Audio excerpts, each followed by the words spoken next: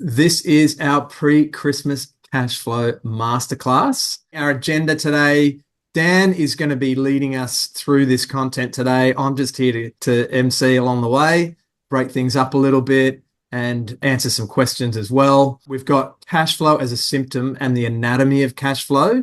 So it's the end of the pipe, really, cash flow. So we're going to unpack that concept and what are all the upstream things that we need to be considering so that we're not hit by the bus without seeing it, so to say.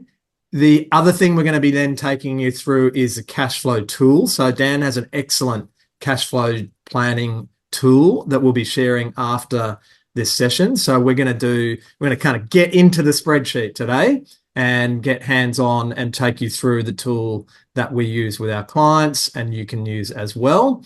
And then after that, we're going to sort of go back up in the helicopter again, and we're going to talk through, if you are really struggling with cash flow, what are the levers that you can pull? What are the things that you can reach for to try and improve your cash flow situation? Sometimes it is existential. So we're trying to give you some options so that you can reach for some of these levers if you are in a real cash flow crisis, or you can see that there might be some challenges ahead.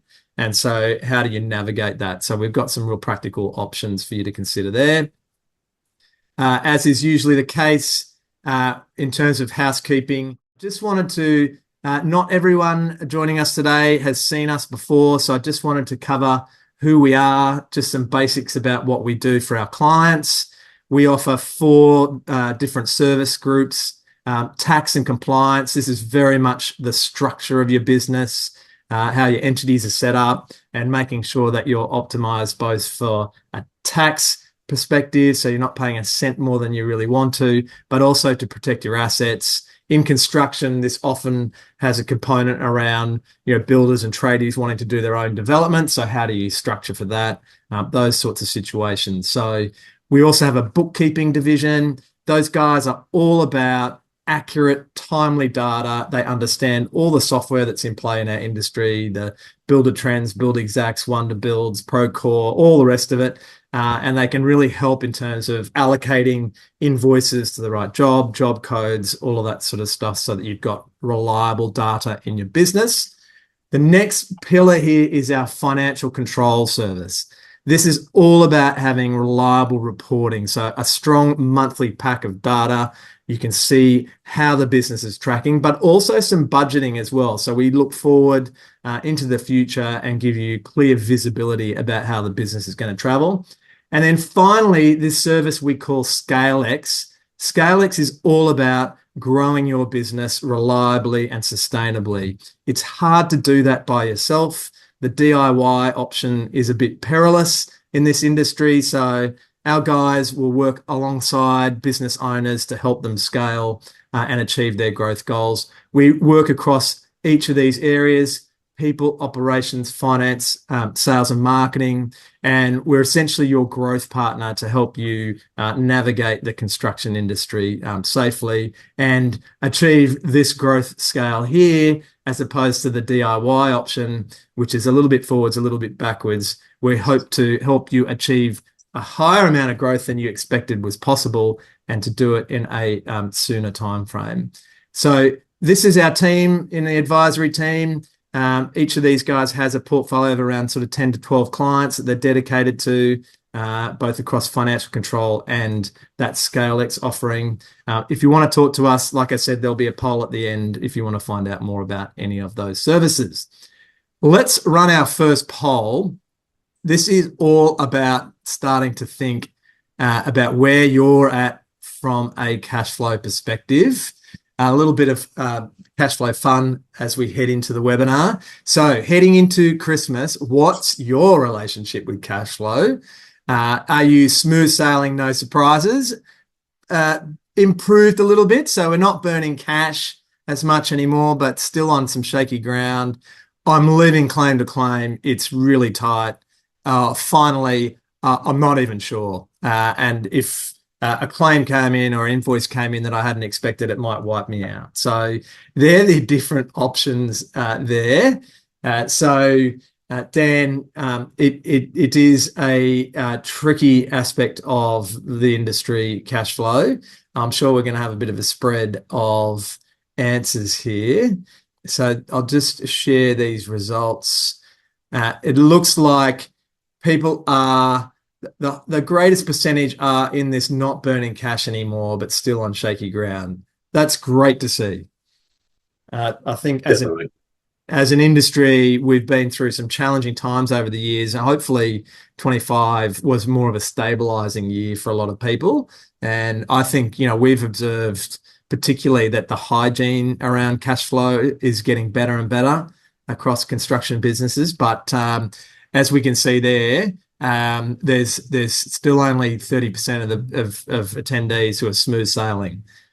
So hopefully the other 70% are going to get some value out of what we're going to cover today. Righto, Dan, I might hand over to you now and you can take us through this first part of the session. Thanks, mate. Yeah, thanks for the warm intro, Phil. Is that sharing your end okay? Yep, I can see that, mate. That's great. All right. Yeah, good morning, everyone. Thanks for the time. Obviously, carving out a bit of time for this coming into the Christmas rush. I mean, probably should have rolled this out a week early, but I do hope you do pick up some nice concepts out of this, either to have a think about and reflect on over the Christmas break, or roll into next year and start thinking about, well, how do we make cash flow better? And it's all around the game of how do I become a cash flow positive business? That is the game we want to play. So changing gears into cash flow now, and I'll just do a bit of lensing around this first slide. Everyone will sort of understand what this means, but when you sort of drop it down to a few words, it can be a little bit of an eye-opener and go, wow, why the hell did I get into this? And not saying it's not hard or easy or anything like that at all, but how do we make this construction game work? And I think once you have an appreciation for the game, you know how to play the game. So to be honest, the construction game is absolutely controlled chaos, yeah? You've got people, whether suppliers, clients, all moving in different directions. You can plan out every detail and still something will absolutely go sideways, and that is just the nature of the game. And if you think about it, we're taking people, materials, using a set of plans we've never seen before, a pile of money, and trying to build something that's never been built before. And in an environment we don't fully control, that is the construction game. Sounds like fun. And that's why cash flow forecasting matters. You'll never control everything, but you can control what you see coming and obviously plan for it. Fun game. So before we discuss cash flow, if you are in a bit of cash flow head, this is usually a symptom of something else and not necessarily the disease itself. There is usually a process that has failed or a planning mechanism that has just not worked out. And what we're trying to do with cash flow forecasting is taking out the gut feel and emotion. I hope we're going to be okay. I think so, maybe. And translate that into facts, evidence, and data to know we're going to be okay. How do I pressure test this plan? If I move this to there, what happens? What is the knock-on effect of that? And the question you need to answer out of this, inside the next 3 months, are we going to be all right? Yes or no? Because the tool itself is fairly academic. It's how you use the tool and how you apply it to business and life and day to day. That is the key to being successful when it does come to managing cash flow. So to reiterate, a cash flow forecast isn't a budget. And I want to make that really clear, and I'll go through a live example later on. But it's a time sequence view of money in and money out, and that is a critical part. I'm here today to tell you that cash flow is entirely predictable and it's definitely not random. And the other concept I want to drop into this webinar as well, and you would have heard this from other webinars, either I've been on or someone else, is that if you ultimately micro-measure profit to within an inch of its life and look forward, cash is the byproduct of that success. That is the hygiene. If you got cash flow hurt, it means something else is going to be curly elsewhere in the business. So what is a cash flow forecast really? So to get started, we really need to understand cash and how it operates. Ultimately, if you have grabbed your starting cash position, you sum up all the cash inflows less all the cash outflows, that'll give you a pot of cash, or I guess a pot of available cash at the end. And obviously you want that to have black ink. So the way this works is that if we quantify our cash balance today or this week, depending on what your reporting frequency is, this is gross available cash. So this isn't just cash sitting in your bank account, but what is the sum of the overdraft, the credit cards, You might have a war chest somewhere stuffed off to the side. What is the gross available pot of cash available to you? That's the starting point. And then as you start to measure all the cash in, so that's claims, deposits, varies, new jobs, apprentice rebates, whatever it is, drag all those into your cash flow. So whether it's a daily, weekly, or monthly, just make sure you get the timing of the cash right. Not when you receive the invoice or send out the invoice, but the timing of the cash in. And make sure you pick up the GST as well, because that's your cash until you flick to the government at end of quarter, end of month. Sorry. And then the cash outflows. So this is where it starts to get a little bit more tricky.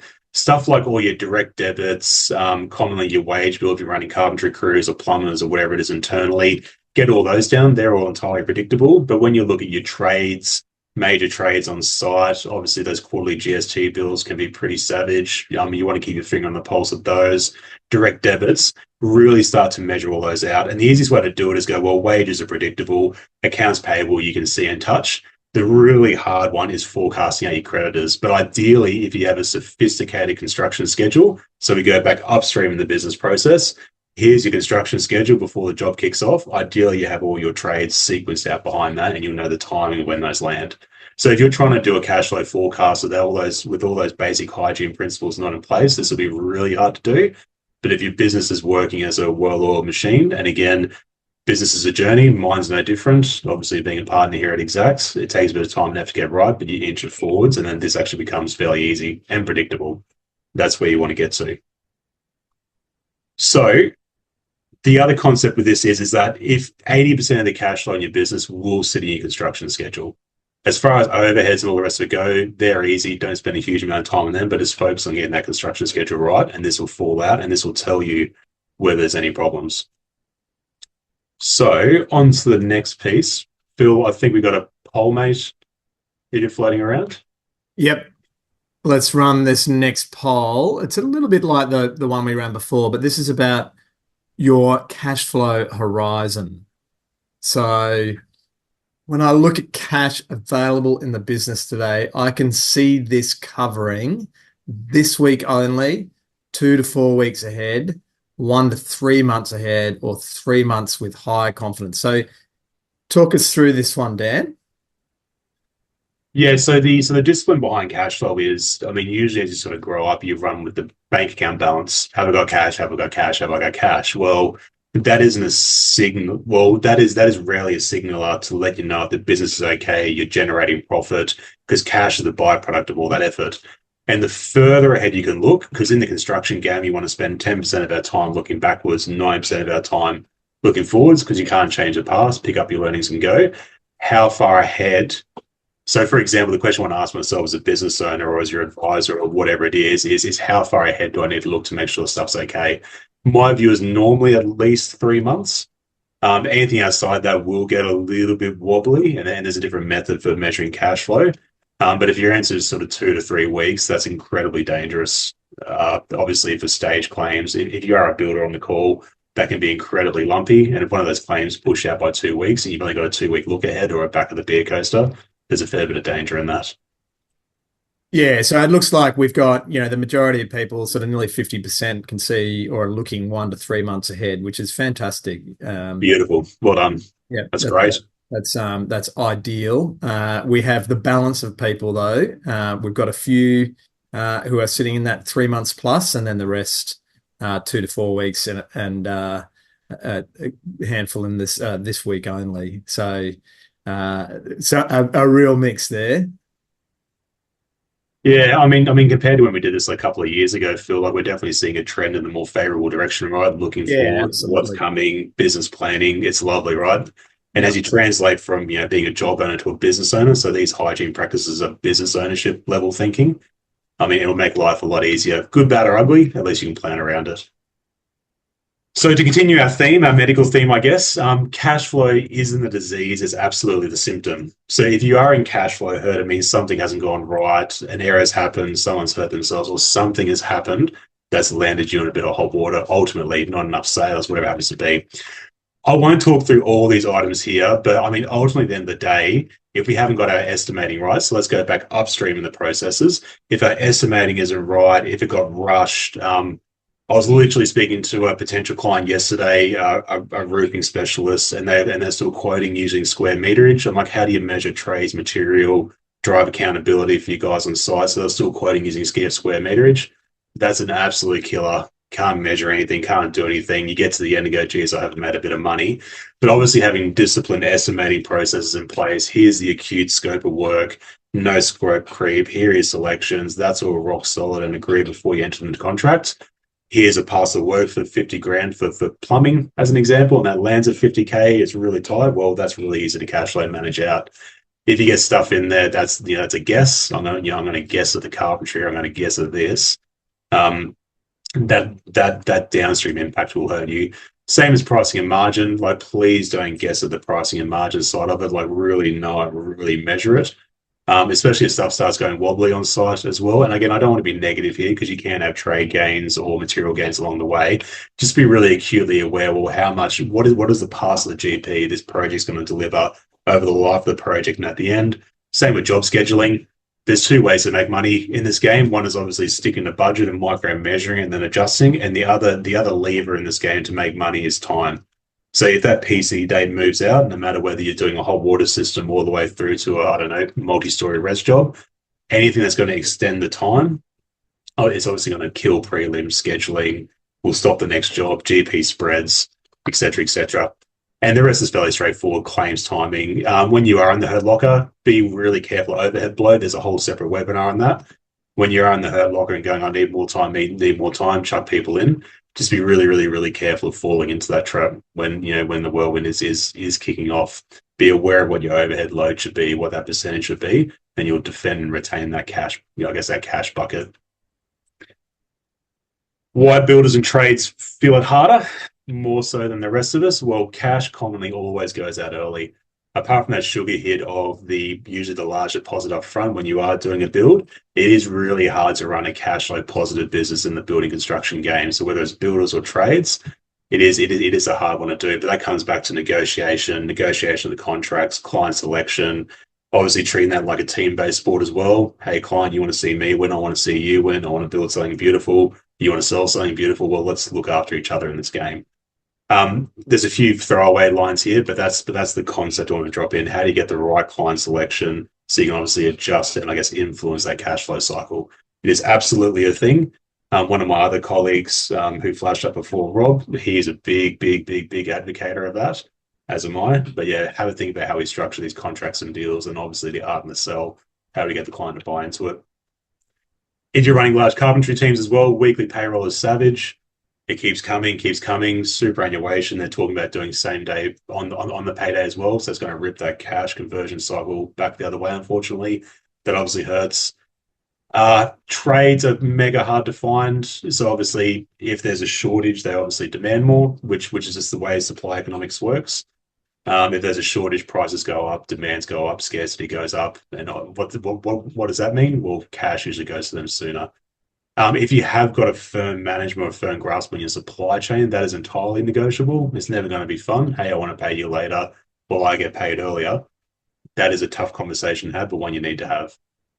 And then all the other usual stuff, whether client delays, council issues, being in the construction game hurts. But when it comes to cash flow, there is a way to manage and navigate your way through this.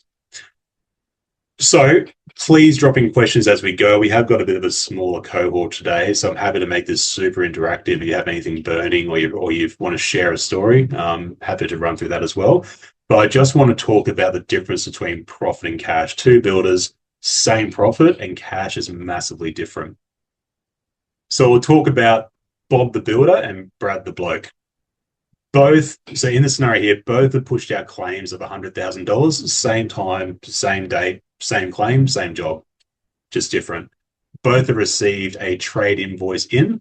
So obviously the trades have flicked in an invoice early saying, hey, I want this money. The payment hasn't been made yet, just the invoice has been received. And as I mentioned here, invoices only, not cash. So this bit's really important. You come to the next section here. If you run a profit and loss, 100K income, 80 grand cost, 20 grand profit, both of them are making money. $20,000, $20,000, both are making profit. Profit. Now let's talk about the cash side, and I'll talk about Bob and obviously Brad separately. But these are the symptoms, or I guess the behaviors, I guess, and the differences of running a really, really, really cash successful business and one that's going to have a bit of hurt.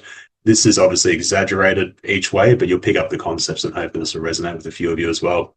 So Bob the Builder, he's great at screening clients. He's good at finding good payers. He's really good at sort of finding either people that have cash or already have like a pre-approval finance in place. They know they're ready to go. They've received a letter from one of the big four banks. Like, yep, they're good for the money. You're nice and safe.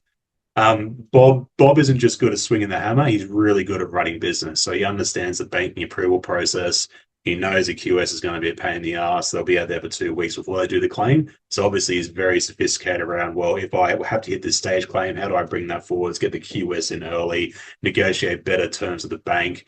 When the invoice goes to the bank, or I guess the client, is all really complete, really clean. Here's lots of photos. They run a sophisticated claims process. And with the trade selection piece and the supply, and this is called the supply chain. So people use supply chain to build something beautiful or deliver a beautiful service. The trade, for example, has been with Bob for a long time. He understands how he rolls. He knows if he looks after Bob, he's going to be looked after in turn. He's not going to play stupid games with payments. Hey, I'm going to flick you an invoice. I need the cash early. There's a mutual respect there, and they know what's going on. So the payment terms are really rigid, long standing. They look after each other. And that's exactly what you want in business, is that team-based mentality. You're not going to fight with the trades. You're not going to fight with the client. It's tight-knit. So what does that mean? Fluid claims process. The job's completed in full and on time. There's purchase orders in place, good job costing. The cash cycle is mapped out. We know we want to get paid first from the client before we release the money to the trades. Not to chuck them under the bus or anything. That's just the way business works. Because if you're safe and looked after, well, you can obviously look after your trade on time, and you can obviously provide a beautiful product for your client as well. And the other big thing in here, which is in another webinar on our page too, is this builder runs with negative WIP. So just really quickly, that means you get money in advance before the works are completed. Cash, invoices out, which means you're using clients' money, not your equity, or not leveraging the business in debt, which I'll talk about in a second. Happy days. That is a well-oiled machine. Conversely, with Brad, rocky client relationships. Yeah. I've got the money. Don't worry about it. I'm good for it. You get halfway through and stuff starts drying up. Hey, can you send a claim to the bank and send me a claim for the varies, and we'll work it out later. That's absolutely a bloodbath, and I've had that a couple of times with clients in the past as far as breaking bad habits. They're going through a second-tier lender, not familiar with the big four. They don't know, I guess, their security requirements to obviously have the house built. Obviously, if the builder tips over or something, they want to have more works completed so they can sell it and then recover against a loan. There's a whole separate banking and finance game in there, but that's not understood. And we're using a brand new bloke or gal, brand new trade, never used them before, haven't done any screening on them, and they are screaming at them and saying, no, pay me first. And you know that other job you want me to do next, I'm not doing that until you pay me. Hopefully, I mean, I imagine that sounds a bit familiar, versus, hey, nice, safe trade, nice, safe people. We know what's going on. So what are the symptoms of that? Slow cash, trades are holding you to ransom, upset client. When's the job going to get done? You call the client saying, hey, can you bring that, I guess, that claim forward or squirt some cash in? And we're running positive WIP, which means you're spending and engaging a lot of work and activity before you actually get paid for the job, which means you're using your cash position, your equity position, maybe even your personal cash to keep this business going. Bob the Builder, Brad the Bloke, I know which one I'd rather gear towards. So what does that mean from a cash flow perspective, or I guess in principle? If we look at Bob's cash here, and this is really simplified, but I just want to insert the concept here. This is a really basic cash flow. Here's your opening cash across the top, 15th, 16th, 17th, 18th, 19th, blah, blah, blah. And you can see here at Bob, he's received the cash in, $100,000 in. There's your closing cash balance there. Happy days. And the trade knows they're paid 21 days, 30 days, but the due date is smaller than the payment date. And this is just a concept. Everything's negotiable. Obviously, the 80K comes in. We're still generating profit. And we are now $20,000 higher because this part of the engagement was a 20 grand gross profit position. So 20 grand plus a 20 grand a GP, all good, no red ink. Whereas conversely of Brad, fight, has to release the claim earlier. oh my God, my cash flow is negative. I need to go talk to my partner and go, hey, can I pull some money out of the offset? But don't worry, she'll be right. Backs and forwards, quickly inject the money in, chase the client. The client's unhappy because there's a lot of delays in this with negotiating with this new trade. Cash comes in, as you can see. Oh my God. And now I've got to take the cash back out if I remember it in amongst the whirlwind of my day to day and in amongst my 12, 13, 14-hour day as well. So there's lots of fights, lots of brain space. Whereas we do a bit of pre-planning and understand our cash flow, how the contract's negotiated, it can help us have a better time as far as a project delivery goes. Hopefully that makes a bit of sense. I'm sure we've all been down the rabbit holes, or particularly in this patch before. So, Phil, any other questions made before I jump on in or charge on? No, mate, it's all quiet on the chat front. I think everyone's just absorbing the information at this point. So no doubt as we get into the tool, probably we'll have some questions about how this thing works. So plow on, mate. Okay, so for the meat of the webinar, we have two tools that we like to release around this. One is a monthly cash flow planner, and then if you are in a bit of hurt or stuff is looking a bit fine, I'd definitely recommend doing cash flow daily.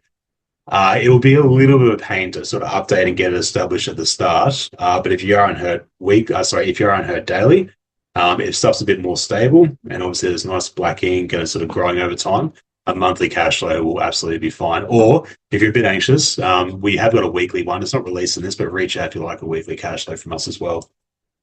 So when you do download this, there will be comments and questions, and I guess like a bit of a helping piece in here and instruction on how to update the cash flow. It sounds like most of the people on here are fairly sophisticated with what's going on, but as I've mentioned in the webinar so far, it's just starting cash or gross available cash. What's your inflows? What's your outflows? And that tells you where you're going to land.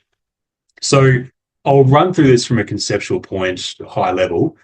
This first graph here, I'm quite a visual person. Like I like numbers and all the rest of it, but I like a quick visual snapshot to let me know whether I'm going to be okay or not. This is by month. You can change any of these months here and it'll update throughout. It doesn't have to just be over the Christmas break. You can have this as a rolling position as well. So roll into February, forecast out, roll into June, forecast out, and this will update for you. The green bar is the sum of the cash in. Red is the sum of the cash out. And this blue line here is your closing available cash. So obviously if anything lands below this zero line, you have to have a serious chat internally and go, well, how are we going to fix this? How can we bring claims forwards, whatever it is? And I'll talk about levers very shortly. When you do update this cash flow overall, this first section here is a summary. So what this is that when you do first establish this, make sure you do get this very, very, very first number right. And there are some call-outs in here, but this is gross available cash. So for example, this might not just be cash at bank, but you might have a term loan you can draw down upon or an overdraft.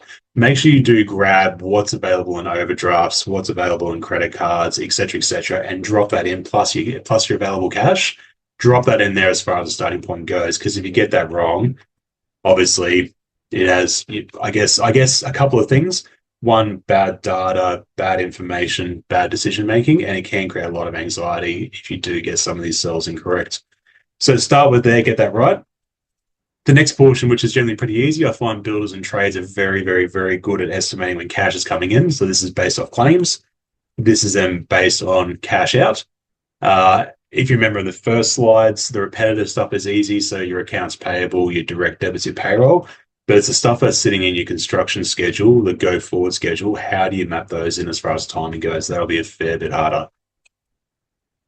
And then down the bottom here, this is your closing cash balance. So to read and understand this, if it's black ink, it's okay. Be really careful if you are flying close to the sun. If there's 4 or 5 grand here, like it doesn't take very much at all, as you guys know, to push that over. A claim gets delayed by a week, 6 days, 5 days, 3 weeks. That'll absolutely pummel the cash position, and then stress and anxiety goes through the roof. And then if you are running into a bit of red, because filling out the tool is actually pretty straightforward, it's what you do with the information that's the hard bit.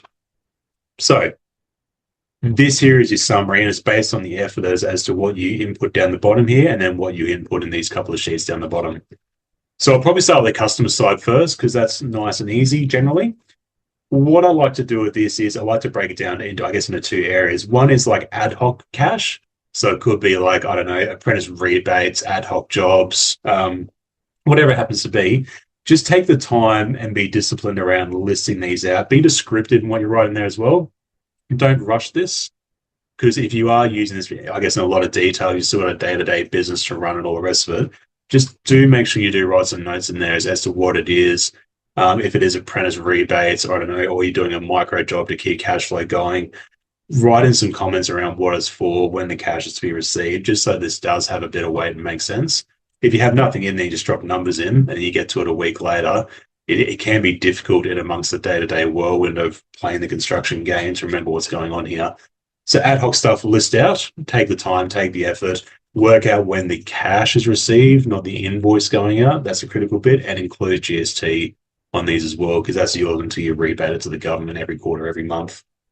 And then the big bits up here, for those of you that have more than 12 jobs, you can just insert rows. So if you're a high volume business, insert those out and build it out. But if you have got, or if you are like a large residential, got a couple of, I guess, 2 or 3 jobs on the go, list those projects out, list out what those claims are, and then just write yourself some notes.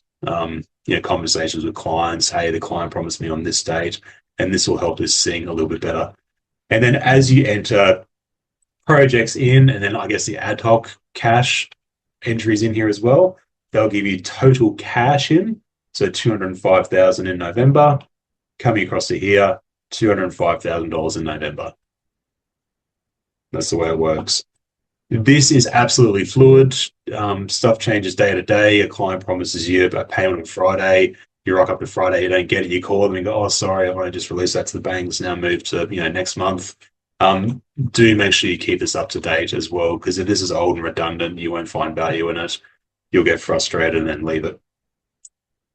As far as the cash outside goes, so we've talked about client payments in. Now we'll talk about major creditors, and I'll get into direct debits and bank and I guess the ATO in a second.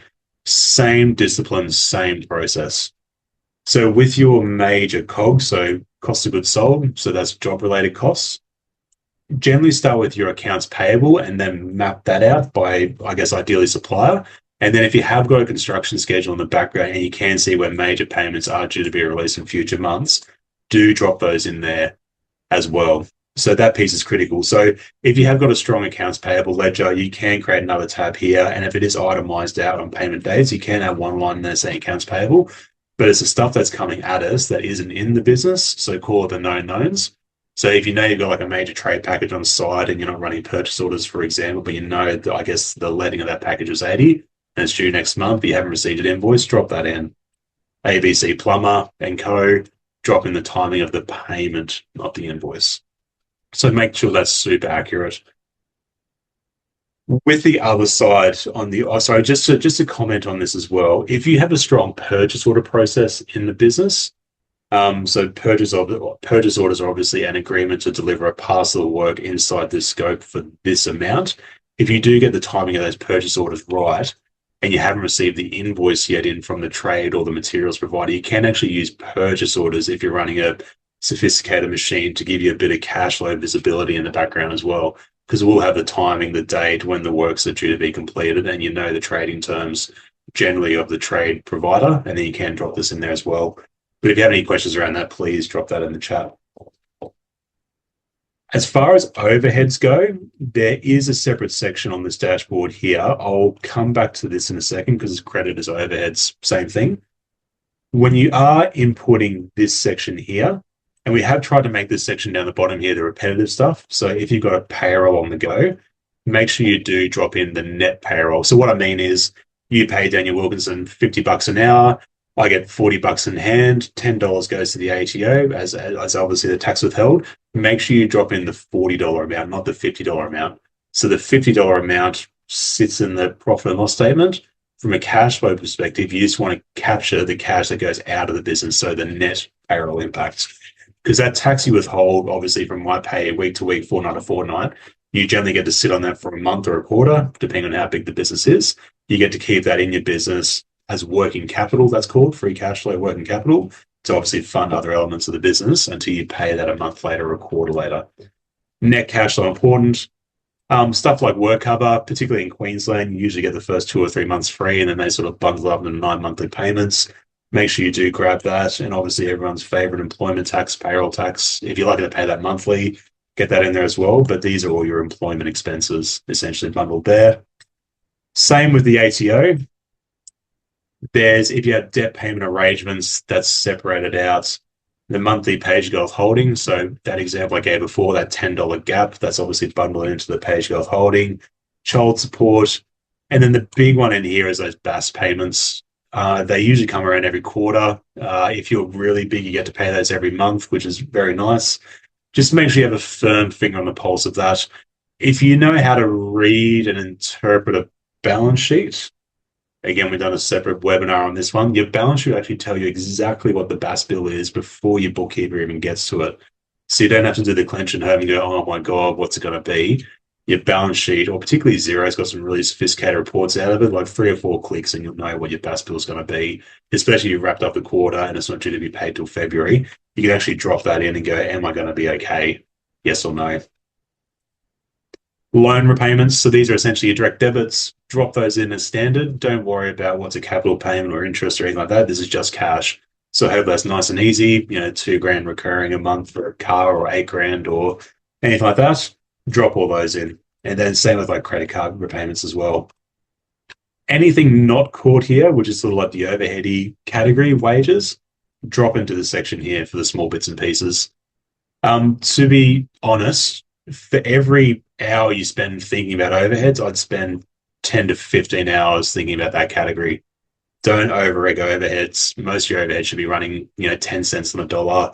Your COGS will be running 80 cents on the dollar for every dollar you generate. I know where I'd spend my effort. There's going to be bigger numbers up here than there are down here. Just a quick question, Dan, from Nick. I'm sure it's probably on other people's mind as well. How the bloody hell do we get this information into the spreadsheet? We're living in a world where we have multiple systems. We've got, in this case, Procore. In Nick's case, I'm sure probably Xero or something similar. The challenge is, and we're probably not going to be able to go into the detail of every platform today, and more than happy to, as part of the poll at the end, if you want to do a one-on-one, we can go through and do a quick session with you to try and help you with the anatomy of how you get this data in. But I guess the overarching challenge is that your project management software, our perspective on that is it's very much about the hygiene around the job, the scheduling of the job, whereas we have Xero as well to take into account all those other operational expenses, all the other accounting pieces that need to be taken into account. But what's the best way, do you think, in terms of populating the data that we need in this spreadsheet? Yeah, really good question, Phil. Thanks, Phil, and Nick. Thanks for flushing that one out. This will be painful to set up for the first time.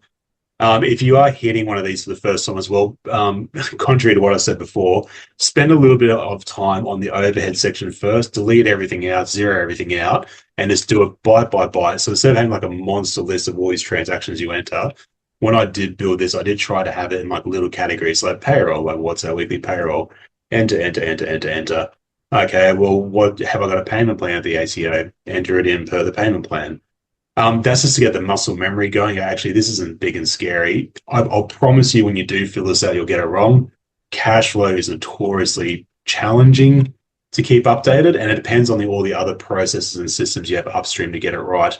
So, Nick, to your point around Procore and all the rest of it, you'll have estimated dates in there around when the packages will be let. So basically, the plumbing package will be this date. Ideally, it's going to take you 3 weeks to do there, which will take you to, the 15th of December.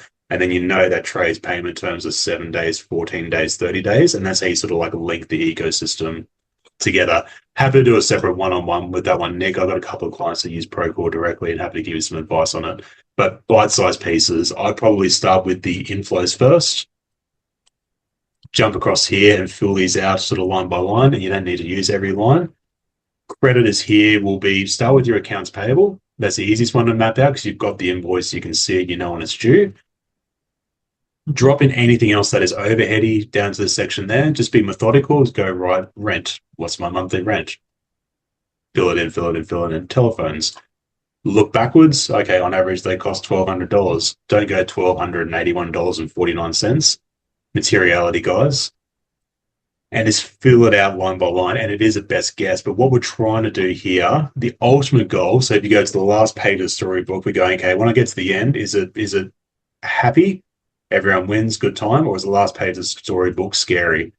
What we're trying to get to, what we're trying to do here is get everything in. What is the last page of the storybook like? And it's all black ink. Close your cash flow, move on. If it's red, that's when you have to work out leaves and go, well, what do I do to sort of fix this business?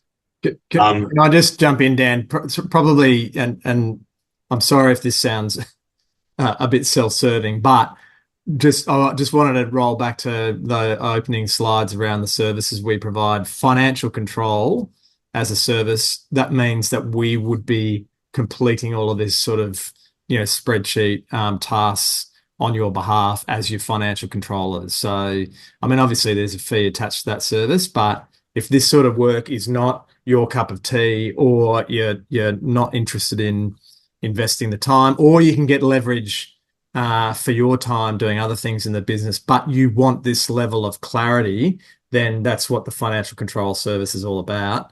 I see Kira's had a question there about, is this available on our website? Absolutely. We have a section of the website, our resources page, which has all the articles we've written, all the webinars we've run, all the tools that we supply, and we'll be supplying this after the show as well, along with the video to go with it. So yeah, it'll be available afterwards. Yeah, beautiful. And there'll be a couple of tools in there. The webinar recording will be in there as well. In absolute worst case, my numbers, pass it over to the website, give me a buzz. Melanie, so we've got our cash flow forecast for jobs over the next 3 months. Probably going to find is going back and putting in actuals for the previous month to make sure if a bill wasn't paid, let's move to a future month. Happy to chat about this one maybe at the end or over a separate call. But I mean, if you have the right software stack in place, and again, without knowing too much about your business, but let's just say you're, I guess, a medium-sized residential single dwelling builder, you'd have like a build Xact or a Wonder Build in place. All that in there is where you have all your trade packages and material packages to be let, and hopefully you have a purchase order system in place. Purchase order goes to the supplier of trade. They come back and deliver the works in full. Site foreman signs off. You then match the bill to that purchase order, because a purchase order is a promise for a bundle of work before you pay it. If you have a list of open POs, that should tell you what's not paid. I've covered a quick bit of ground there, but hopefully the concept makes sense. Because if you do go back, I guess, to that software stack, and if you're still using spreadsheets, I'd strongly recommend getting a cheap piece of tech in the background. So Procore, Wonder Build, Jobman, whatever, Premiere. Get that process running. And I think, Melanie, happy to chat at the end. I think that'll give you the clarity that you're sort of chasing there as well. Because if you have like a job cost line sitting in there, or I guess a trade-led package ready to go, and there's no invoice received, you can clearly see what's going on there. Whereas if you enter a bill into zero, like, I don't know what it's for. Was it on budget? Did you bleed margin? Is it works? Don't know. So absolutely go back to that builder's CRM and just make sure that's sweating hard, because zero, by the time it hits zero, it's too late. Yeah, it's the system, the software you're using, but then also just making sure you got the right processes in place, so that you can account for that sort of stuff very clearly. Righto. So just to wrap this section, have a crack at these nice safe cells first. I mean, feel free to change any wording here. Honestly, try and break it. It's really safe. If anything goes curly, just delete, start again. Don't be scared of it. It will be a bit painful to set up, but once you get it going, I mean, you'll like the relief. Remove the gut feel, facts, evidence, data. We can see exactly what's coming at us. Start with the blue cells first or second. Jump across to cash in. Everyone bloody loves that slide, and that's usually one of the biggest levers you can pull. Obviously, anything ad hoc in the go, just a couple of service-based lines or whatever it happens to be. Fill out your creditors. Come back to here and go, is this okay? Yes or no? Embedded in the document too, if you come on down to the bottom, and I've got a separate slide on this, there's a heap of levers to pull in there in this sort of like hidden area. So just to highlight what that is again, pop that open. there are some levers you can pull to try and get this back into the black. And I'll change slides and talk about what we can do around that. But the idea behind this is you don't want to fill out the tool as a chore. You want to fill it out and go, is the business okay? If there's black ink there, close it down, move on. Charge on with selling and delivering projects and delighting clients. If it's red, gather your leadership team, whoever it is, could be your partner, could be your bookkeeper, could be a site foreman, construction manager, get together and go, how do we wrench some of these claims forward? How do we push some of these costs out? Can we negotiate? Because cash is oxygen. If you run out of oxygen, yeah, the business will hurt. If you are in a fair bit of hurt as well, and I don't want to be negative on this, or say cash flow is running tight, I'd strongly recommend running a daily one in the background. And it's similar concepts: cash in by day, creditors out by day, all rolling up into a dashboard here, similar narration, similar wordings, and this will give you a very, very, very detailed view as to what your cash is doing. So if you are experiencing challenge, the trick to get out of it is to micro measure. That's step one, square one. And then part two is, well, what's the planning to get that back into black ink? Selling, negotiating, claims, pushing stuff out, talking to creditors and go, hey, give us a bit of relief for 3 weeks. Here's a little bit of money now and I'll give you a big bit later on. Generally, people want to see each other win and to succeed. Question there about retentions, Dan, and where that fits Yes. into the cash flow picture. Yeah, good question. So for simplicity, you'll punch a claim out of 100K to a client, ignore GST and all the rest of just, or actually no, include GST. So you'll punch a claim out to the client for 100K, add GST, that's 110. Commonly the way retentions work, and I'm assuming you're meaning cash retentions, Michelle, not BGs or asset-backed retentions. So you will push a claim to a client for $100,000. Commonly they'll withhold 10% up to 5% of the contract value. So you only get 90 grand in the hand, or call it 99,000 including GST. Make sure you just grab the cash component. So you'll make profit and revenue elsewhere. So when you look at your P&L, you're going to show $100,000 profit. $10,000 obviously goes to your GST line to pay it from your balance sheet. And then on the other side, from the claim side, you're only going to get $99,000 from that claim, which is $90,000 plus a GST portion. So hopefully that makes a bit of sense, but just cash and profit and I guess accrual accounting, very different. Brad will circulate the spreadsheet as well after this, but there's also a version of this on our website too. So just being a bit mindful of everyone's time. I know we are tired and have a bit on. So the cash flow flywheel. So what is our internal process or cadence, which just means rhythm? How often do we update this? There's essentially 4 key pillars to get this right. So the starting point is having a really, really, really accurate, I guess, starting point for your current cash at bank. What is the gross available amount of your overdraft? So you've got 100 grand overdraft, 30 grand's tapped out, we'll drop 70 grand in there. Current credit card limits, so AMXs and all the rest. So I know builders run pretty hot with those, with usually sort of 6 figures attached to that. Make sure you just work out what your gross available cash is, because if you get that wrong, it can create a lot of anxiety. So it's gross available cash, not profit, anything like that. What can you lean on? The next thing is obviously all those inflows. So your claim schedules are mapped out. You know when you're going to get paid. You tell the client in advance that, hey, I'm going to submit this invoice in 5 days' time. Are you good for it? Are you okay? Are you okay? Is there any problems? Just make sure you do all that sort of pre-planning so that when you do drop into your cash flow, because when you punch that number into the cash flow, that's the last step. You've done all this other hygiene to make sure you're going to get that cash on time and in full. It's coming, it's coming. Is there any problems, any defects, blah? Launch the claim, get the cash in. The job level outflows, so payrolls, subcontractors, suppliers, overheads, GST, tax, direct debits, all that sort of stuff. Half of that will be easy, half of that will be hard. But honestly, I'd rather have something in there than nothing. So the outflow side will be frustrating if you haven't got like an accountant background or a bookkeeping background, but please give it a crack. What we're trying to figure out of this, last page of the storybook, are we okay? Yes or no? And if it's black, get on with business. If it's not, go the other way. And as far as the updating, I'd get into a rhythm and a process of updating this weekly. Updated weekly, obviously live data, live information. 70% of it's not going to move. Your creditors will be the main one. is really easy to maintain going forwards. And then you rinse and repeat, and you forward look. This should be part of any business owner's toolkit. So as well as obviously knowing your profit and loss and your forecast complete, and when does a business fall off a cliff as far as locked in contracted work, cash flow is also super important, as I touched on before with Bob and Brad, those two blokes. Weekly, please. And if this only lives in your accountant's laptop or your bookkeeper's laptop and you're not taking interest in it, it'll sting when stuff does getting tight. But it removes fear and anxiety.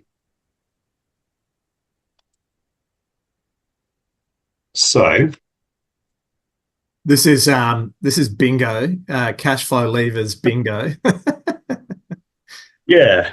And we're getting close on time here now as well. So really quickly with this, there's a billion levers you can pull. In the cash flow space, I've been down plenty of dry gullies as far as cash running out, or couple of clients facing insolvency. What do you do? If there's anything in here, guys, I wouldn't mind keeping this bit a little bit interactive. If there's anything in there that is singing to you. So what I mean is, cash flow's looking dire, or look, cash flow's not looking great. It could just be mediocre. Well, how do I make it better? If there's anything on here as far as the levers go, please drop it into the chat. And I'm happy to talk about it as through like a live example. And I've probably got a story for every single one of these. I reckon, Dan, just what we might do just for time is, I reckon if we just peel through these next couple of slides and then we can come back to that. And answer any questions from the chat. So if you just want to jump to the next slide there.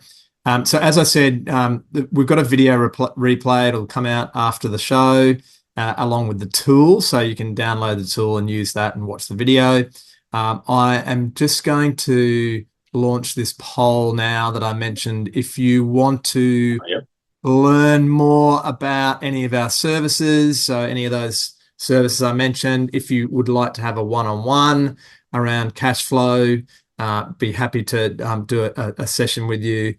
I'm going to take you through just really quickly what our strategic planning workshop is all about. So this is a in-person session that we're running. So it runs, you spend 3 half days over 3 months. So it is a commitment. We actually charge for this one. It's $6,000. So a couple of grand a month over 3 months. It's a way of making sure you're actually committing time to spending time on the business. It's specific to your business, so it's not generic business advice. It's taking you through your actual business, where you're at in the market, where you want to go, etc. There's 10 people per cohort, so it's not a big group, which is why we can make it very specific to your business. Obviously, we take you through building out your plan, but you're learning from your peers as well. And that's, I think, almost half the value of those sessions, is being alongside other business owners in that setting and learning from each other. But ultimately, it's very practical. So you walk away with a 10, 3, and 1 year plan across sales and marketing, people, operations, and finance, so that you can take this back to your business, back to your leadership team. It's a great way of engaging key staff for them to see that you're on a great mission and to see how they fit into that mission. But we're taking expressions of interest on the next round of strategic planning workshop, which will be kicking off in February. So please, if you want to be a part of that, let us know and we'll be in touch. Maybe, Dan, if we want to just roll back now to that levers page, and if anyone wants to drop in any questions on any of these tiles, Dan can take us through what that lever looks like. And maybe, Dan, just to get us going, if you wanted to pick one of those yourself and talk us through. Yeah, probably second from the top. And this sounds pretty simple, pretty silly. To run any construction business, there's 3 core components. One is, can you build? There's a building component. There's a commerciality component. So think of like a Venn diagram. Can you build? Yes, clearly, otherwise you wouldn't be here. Secondly, what's your commerciality? So that's the ability to sniff out a deal, cut it, obviously transfer risk to the client. And the final piece is the administration side, which I think is monstrously undervalued in the construction space, trade space. And then specific to that administration piece from that ven on how to run a good construction business, claiming everything, you claim on time for everything. I've had a couple of builders in my time where they are client pleasers. Yeah, mate, I'm happy to do a variation. I'll slot in that fireplace for you. Don't worry, mate. Pay it, and I'll send you the paperwork down the track. Obviously, the whirlwind kicks off 10 minutes later as soon as he jumps in the car. So obviously, do the fireplace 4, 5 months later on a 2.5 year build. Oh, by the way, here's the invoice. Oh my God, I didn't realize it's going to be that expensive. Whereas if you launch a variation, get the paperwork in place, agree on the terms, agree on the price, get it out. Don't wait because that fireplace in particular was about 60 odd K. Get it in earlier. That worked out to be probably about a week's worth of payroll for that guy as well. So clearly profitable because you pick it up in WIP and forecast. But as far as the cash cycle goes, that positive WIP position gets bigger and bigger. So it sounds silly. Claim for everything on time. Don't push it out. Get the claims out. Get the paperwork out. Get the variations out. Just build that hygiene in place. Get paid. That's the crux. The other one I like is probably sell assets. See the amount of builders I see out there with a few idle toys, or they wanted to buy an excavator, and maybe it's used for 4 hours a week, or 2 weeks over I don't know a 50-week period. That's a bloody big paperweight. Just work out what's commercially viable and what's not. I had a push and pull with one of my builders recently, starting to do pretty well. He's really good at form work and getting stuff out of the ground. Dan, I really need this excavator. I'm like, okay, mate, run me through the numbers and utilization and this and that. I'm like, mate, if you buy this, I know you want to sit on a digger. A, don't do it. You're the CEO of this business. Don't go on the digger. I'll get upset if you do. But B, buy other toys. If you're successful, whatever else, don't buy stuff because it's fun to sit on. Two Quick examples. mention of the small business restructuring option. It's a little bit more challenging to get that through at the moment, but that is a good process that was released by the federal government as part of COVID relief for businesses who are struggling, who had amassed some debt. And it's a great way of negotiating that debt down. So please reach out if you're interested in that as a potential option as well. We are just over time. That's a lot to try and cover in 1 hour. Any of these sessions, though, please watch them back once you get the video. If you are interested in talking to us, you can reach out via the website. We've captured those people today who wanted to ask about specific aspects of our business or the strategic planning workshop. So we'll be back in touch with you as soon as we can. We know that this week is running out of time very quickly. So if we don't get a hold of you this week, it'll be in the new year. But ultimately, thank you so much to everyone who is here today. I did want to do a big shout out for those people who have joined us throughout the year. We love doing this stuff. Hopefully you've gotten some value out of it. I know Dan has just got so much info to share for us, and we really appreciate it, Dan. I know it's hard work with all your clients and looking after your team to dedicate this time to sharing your knowledge as well. But we do really appreciate it. Speaking on behalf of everyone in the room. It's fun work, Phil. I mean, don't get me wrong. I love what I do. I mean, don't talk to me about tax, guys. I'll poke my eyes out. But as far as like growth and keeping out of the herd locker and making money and the client experience, how do we make that exceptional? How do we make the brand exceptional? How do you have a better life at home? That's sort of the crux of what I'm about. So we tick all those boxes. You have a good time, I have a good time. So I love this part of my job. So appreciate the shout out, Phil. Thank you, mate. And I know you're going to go into Christmas feeling pretty great about the amazing impact you've had with clients through the year as well. We've had a lot of really lovely sort of tributes and presents and things come in over this last little bit, which is really nice. We'll get you to wear your hard hat next time, mate, the personalised hard hat. That's the one. All right. Thanks, everyone, for joining us. We do hope you stay safe and have a great restful period over the break. and looking forward to being back on deck in 2026, raring to go. What a great year it's going to be. So all the best, everyone, and take care. We'll see you next time. See you guys. Bye. Bye. Bye.